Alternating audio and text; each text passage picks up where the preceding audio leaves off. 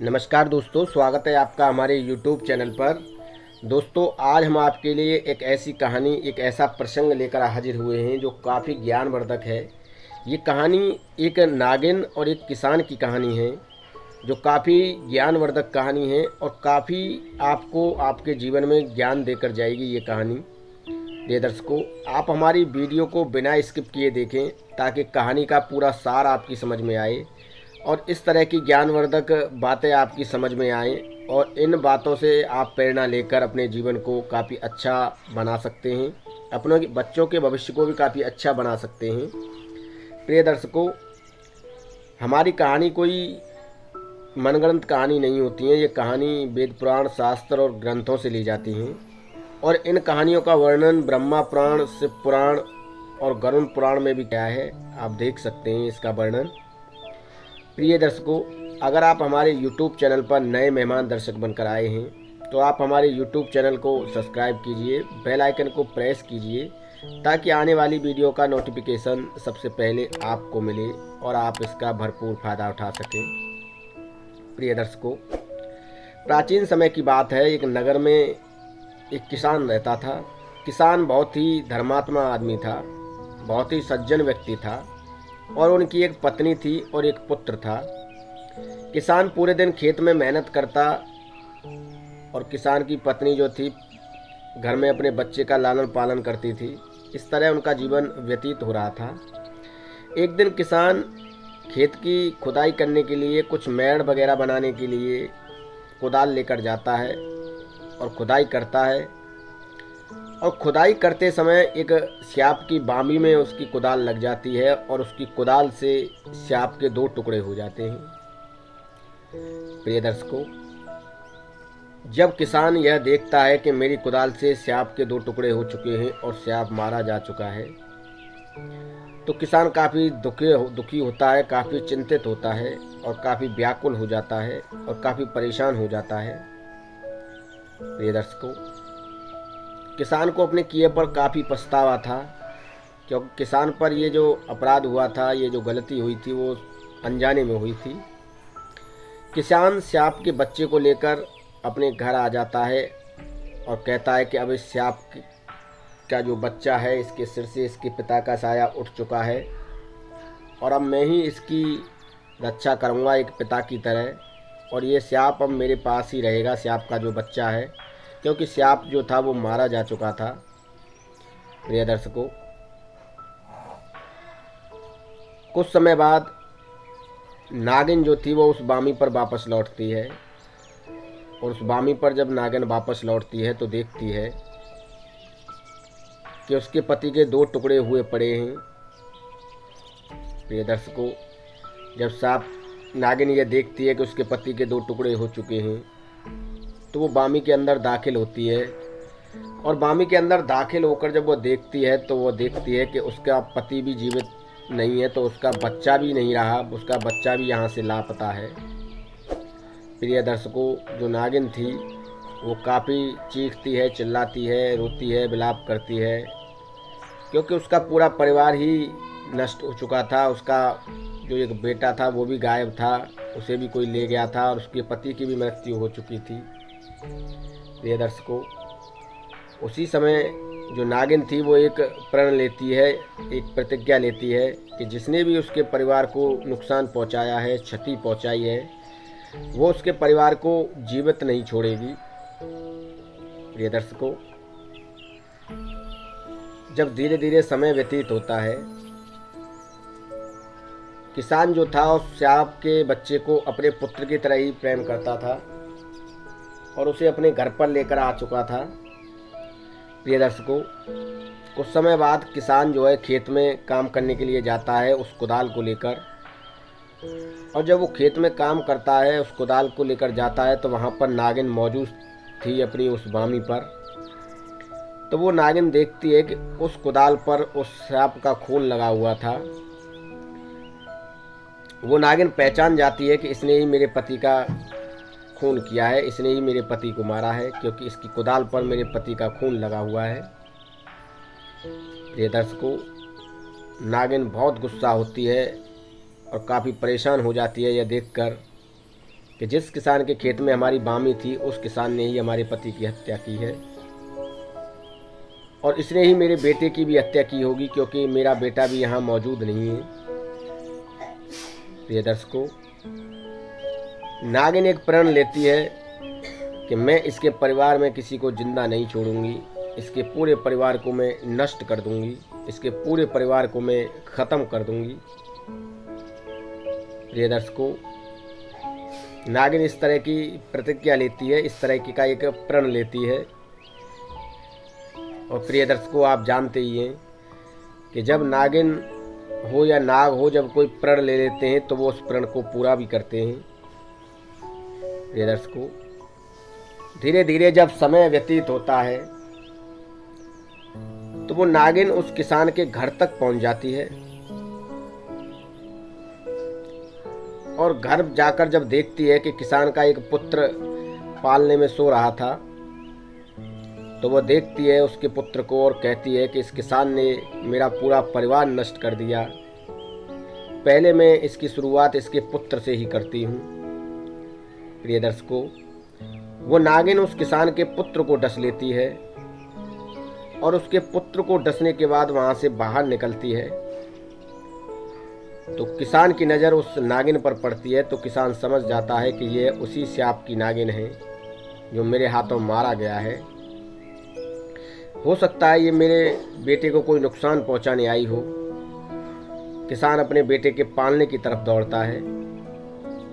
प्रिय दर्शकों, इधर किसान की पत्नी जो घर से बाहर गई थी कुछ काम से, वो भी वापस लौटती है, तो उसकी नज़र भी उस नागिन पर पड़ती है। तो किसान की पत्नी भी सोचने लगती है कि इस नागिन ने कहीं मेरे पुत्र को तो नहीं डस लिया, और ये यहाँ किस लिए आई है। प्रिय दर्शकों, जो किसान की पत्नी थी वो भी अपने पुत्र के पालने की तरफ दौड़ती है, और जब दोनों पति पत्नी पालने की तरफ दौड़ते हैं और देखते हैं कि उन्होंने उस नागिन ने उनके पुत्र को डस लिया है, तो काफ़ी चिंतित हो जाते हैं, काफ़ी व्याकुल हो जाते हैं, काफ़ी परेशान हो जाते हैं, काफ़ी रोते हैं, काफ़ी विलाप करते हैं, काफ़ी दुखी होते हैं। प्रिय दर्शकों, उस समय पर अस्पताल नहीं थे, ज़्यादा डॉक्टर भी नहीं थे, उस समय वैद्य हुआ करते थे। प्रिय दर्शकों,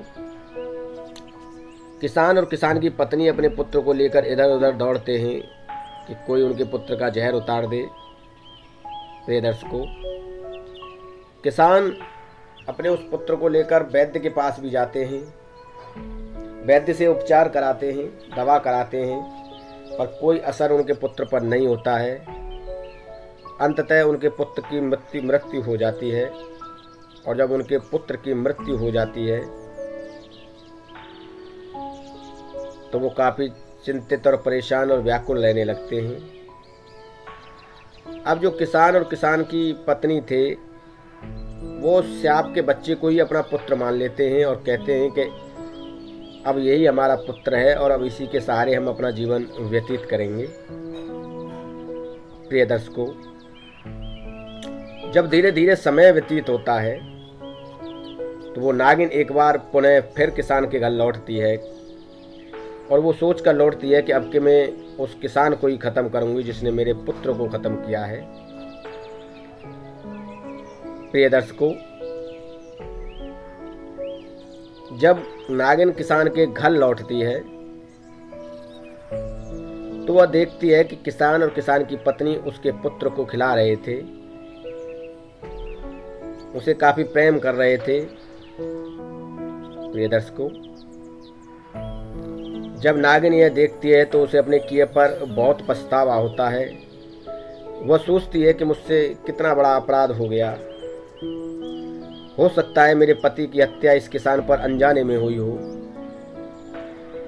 और मैंने अपने पति की हत्या का बदला लेने के लिए इसके मासूम बच्चे की बलि चढ़ा दी, इसके मासूम बच्चे को डस लिया। मुझसे कितना बड़ा जघन्य अपराध हो गया। नागिन अपने किए पर बहुत पछताती है, और जब वो देखती है कि किसान और किसान की पत्नी मेरे पुत्र को अपने पुत्र की तरह ही प्यार कर रहे हैं और अपने पुत्र की तरह ही पाल रहे हैं, उसका लालन पालन कर रहे हैं, तो काफ़ी दुखी हो जाती है, काफ़ी चिंतित हो जाती है और अपने किए पर उसे बहुत पछतावा होता है प्रिय दर्शकों। पर अब हो भी क्या सकता था, समय हाथ से निकल चुका था। किसान के पुत्र की मृत्यु हो चुकी थी। अब नागिन के हाथ में भी कुछ नहीं था। नागिन उस घर से वापस लौट जाती है और वापस लौटने के बाद वह शिव जी के मंदिर में जाती है और अपने गलतियों का प्रायश्चित करती है और कहती है कि हे देवादेव महादेव, मुझसे बहुत बड़ा जघन्य अपराध हो गया, मुझसे बहुत बड़ी गलती हो गई। मैंने किसान के पुत्र को डस लिया।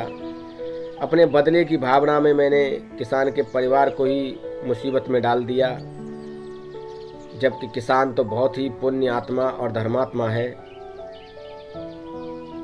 मेरे पति की मृत्यु होने के बाद किसान मेरे पुत्र को अपने पुत्र की तरह ही लाड़ प्यार कर रहे हैं और उसे अपने पुत्र की तरह ही पाल रहे हैं। नागिन को अपने किए पर काफी पछतावा होता है, पर अब पछताने से होता भी क्या, क्योंकि समय निकल चुका था। प्रिय दर्शकों, नागिन अपनी बामी पर वापस लौटती है और अपने पति को देखकर काफ़ी रोती है, चीखती है, चिल्लाती है, काफ़ी विलाप करती है, क्योंकि नागिन का भी पति मारा जा चुका था, उसकी भी दुनिया ख़त्म हो चुकी थी। प्रिय दर्शकों, नागिन अपनी गलती पर काफ़ी पछता रही थी और नागिन अब ये प्रण लेती है कि मैं किसान के लिए कुछ न कुछ कर जाऊंगी, जिससे कि अपनी गलतियों का प्रायश्चित हो सके।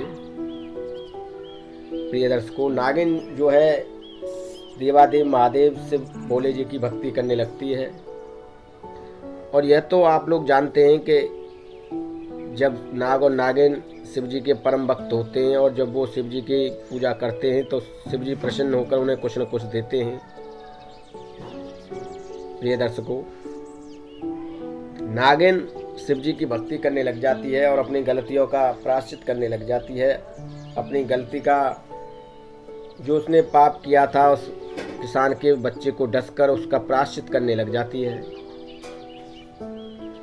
प्रिय दर्शकों, जब धीरे धीरे समय व्यतीत होता है तो उस नगर में एक पंडित और पंडितानी दौड़े दौड़े जा रहे थे अपने एक बच्चे को लेकर, और अपनी जान बचाकर वो इधर उधर दौड़ रहे थे, क्योंकि उनके पीछे कुछ ऐसे लोग लगे हुए थे जो पंडित और पंडितानी और उसके बच्चे की हत्या करना चाहते थे। ये दर्शकों, वह पंडित और पंडितानी उस किसान के दरवाजे पर पहुंचते हैं और उस किसान को अपने बच्चे को दे देते हैं और कहते हैं कि आप अपने घर में हमारे इस बच्चे को रख लीजिए। हमारे पीछे कुछ लोग पड़े हैं और वो हमारी हत्या करना चाहते हैं, कम से कम हमारा पुत्र तो बच जाएगा। प्रिय दर्शकों, किसान उस बच्चे को लेकर अपने घर के अंदर दाखिल हो जाता है और जो पंडित और पंडितानी थे वो आगे चले जाते हैं और जो उनके पीछे लोग पड़े हुए थे वो उन्हें मार देते हैं, उनकी हत्या कर देते हैं, पर उनका पुत्र जो था वो किसान के पास रह जाता है और वो बच जाता है। प्रिय दर्शकों, किसान उन पंडित और पंडितानी का पूरे विधि विधान के साथ अंतिम संस्कार करता है और कहता है अब ये मेरा ही पुत्र है और मैं इसे अपने पुत्र की तरह ही रखूंगा और अपने पुत्र के तरह ही इसे प्रेम करूंगा। अब किसान का परिवार एक संपूर्ण परिवार हो चुका था, एक दोबारा से किसान का परिवार जो है पुनः जुड़ चुका था, क्योंकि किसान का जो पुत्र नागिन ने डस लिया था उसकी पूर्ति उस पंडित और पंडितानी के बच्चे ने कर दी थी। अब किसान को कोई परेशानी नहीं थी, कोई शिकवा और गिला नहीं था अपनी ज़िंदगी से, क्योंकि उसके जीवन में जो ख़त्म हो चुका था वो पुनः वापस लौट आया था। प्रिय दर्शकों, किसान और उसकी पत्नी अब काफ़ी खुश रहने लगे। प्रिय दर्शकों, कुछ समय बाद नागिन उस किसान के घर वापस लौटती है और सोचकर लौटती है कि मैं देखूं किसान और किसान की पत्नी क्या वास्तविक मेरे पुत्र को प्रेम करते हैं या फिर ऐसे ही मुझे दिखावा कर रहे थे। प्रिय दर्शकों, जब किसान और किसान की पत्नी के घर वो नागिन वापस लौटती है तो वह देखती है कि किसान पंडित और पंडितानी के पुत्र को भी उतना ही प्यार कर रहे थे और इतना ही प्यार वो उस नागिन के पुत्र को कर रहे थे। वो दोनों से बराबर प्यार और प्रेम कर रहे थे और दोनों का अच्छे तरीके से लालन पालन और पोषण कर रहे थे। प्रिय दर्शकों, यह देखकर नागिन खुश हो जाती है और नागिन सोचने लगती है कि किसान काफ़ी धर्मात्मा है, काफ़ी पुण्य आत्मा है और किसान ने जो मेरे पति की हत्या की है वो काफ़ी गलती से हुई है और काफ़ी दुर्भाग्य से हुई है। इसमें किसान का कोई दोष नहीं है और मेरा ही दोष है। मैंने अपने बदले की भावना में किसान के पुत्र को डस लिया और किसान के पुत्र को ख़त्म कर दिया। नागिन अपने किए पर काफ़ी पछता रही थी। प्रिय दर्शकों, नागिन किसान के घर से वापस लौट जाती है और शिवजी के मंदिर में जाकर पूजा अर्चना करने लगती है, भक्ति करने लगती है भोलेनाथ की। और वो सोचने लगती है कि अब मैं किस तरीके से अपनी गलतियों का प्रायश्चित करूं। प्रिय दर्शकों, यह तो आप जानते हैं कि जो नाग और नागिन होते हैं उनके पास एक मणि होती है। अब नागिन सोचने लगी कि अब मेरे जीवन में जीने का ही कोई मतलब नहीं है। अब मैं अपने पति के साथ ही सती होना चाहती हूँ और मेरे पास जो ये नागमणि है मैं इसे किसान को दे देती हूँ ताकि किसान का जीवन सफल हो जाए और मेरी गलतियों का भी प्रायश्चित हो जाए। नागिन जो है एक लड़की का रूप धारण करती है। प्रिय दर्शकों, ये तो आप जानते ही हैं कि जो नाग और नागिन होते हैं वो किसी का भी रूप धारण कर सकते हैं और वो एक लड़की का रूप धारण करने के बाद किसान के घर वापस जाती है और किसान के घर वापस जाकर वो किसान को वो नागमणि देती है और कहती है, सुनो किसान, मेरे पति की जो मृत्यु हुई थी वो तुमसे गलती से हुई थी, तुम्हारा इसमें कोई दोष नहीं था और मैंने जो तुम्हारे पुत्र को डसा था वो जानबूझकर डसा था, अपने बदले की भावना से डसा था। मैंने जघन्य अपराध किया है, मैं इस पाप के लिए दोषी हूँ और मुझे नहीं पता था कि तुम मेरे पुत्र को अपने पुत्र की तरह ही पाल रहे हो। मैंने समझा था कि तुमने मेरे बच्चे को और पति को दोनों को ही मार दिया है। इस बदले की भावना से मैंने तुम्हारे पुत्र को डसा था और मुझे अपनी गलती का एहसास हो चुका है और अब मैं अपने पति के साथ ही सती होने जा रही हूँ और सती होने से पहले ये नागमणि मैं तुम्हें दे रही हूँ, इसे तुम संभाल कर रखना और मेरे पुत्र का ख्याल रखना। प्रिय दर्शकों, वो नागमणि किसान को दे देती है और किसान से कहती है कि मेरे पुत्र को तो तुम पाल रहे हो और मेरा पुत्र अब जवान भी होने लगा है, पर मेरे पुत्र पर कभी इतना विश्वास मत करना, क्योंकि हमारी जो प्रजाति होती है वो दुष्ट प्रजाति होती है, वो किसी को भी डस सकती है। प्रिय दर्शकों, वो नागमणि किसान को दे देती है और कह देती है कि अगर मेरा पुत्र गलती से किसी को डस लेता है तो यह नागमणि उस स्थान पर रख देना, उसका पूरा जहर उतर जाएगा और वो व्यक्ति पूरी तरह सुरक्षित हो जाएगा और स्वस्थ हो जाएगा। ये नागमणि अपने पास रखो। किसान को नागमणि देकर वो नागिन वहाँ से पुनः नागिन के रूप में लौटकर उस किसान के घर से चली जाती है। प्रिय दर्शकों, और अपनी नागिन जाने के बाद अपने पति की बामी पर वापस लौटती है। उस किसान के खेत में जो स्याप की बामी थी उस पर वापस लौटती है और अपने पति के साथ ही वह सती हो जाती है। प्रिय दर्शकों, अब किसान उस सर्प, नाग और नागिन का अंतिम संस्कार करते हैं पूरे विधि विधान की तरह। और धीरे धीरे नागिन का जो पुत्र था वो बड़ा होने लगता है, और बड़ा होने के बाद वो भी शिव जी की भक्ति करने के बाद उसके पुत्र को भी एक मणि की प्राप्ति होती है।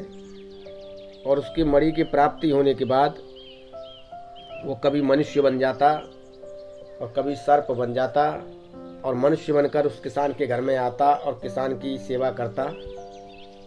प्रिय दर्शकों, आगे चल के किसान के जीवन में सब कुछ सही हो गया और किसान के पास कोई अन्य धन की कमी नहीं रही।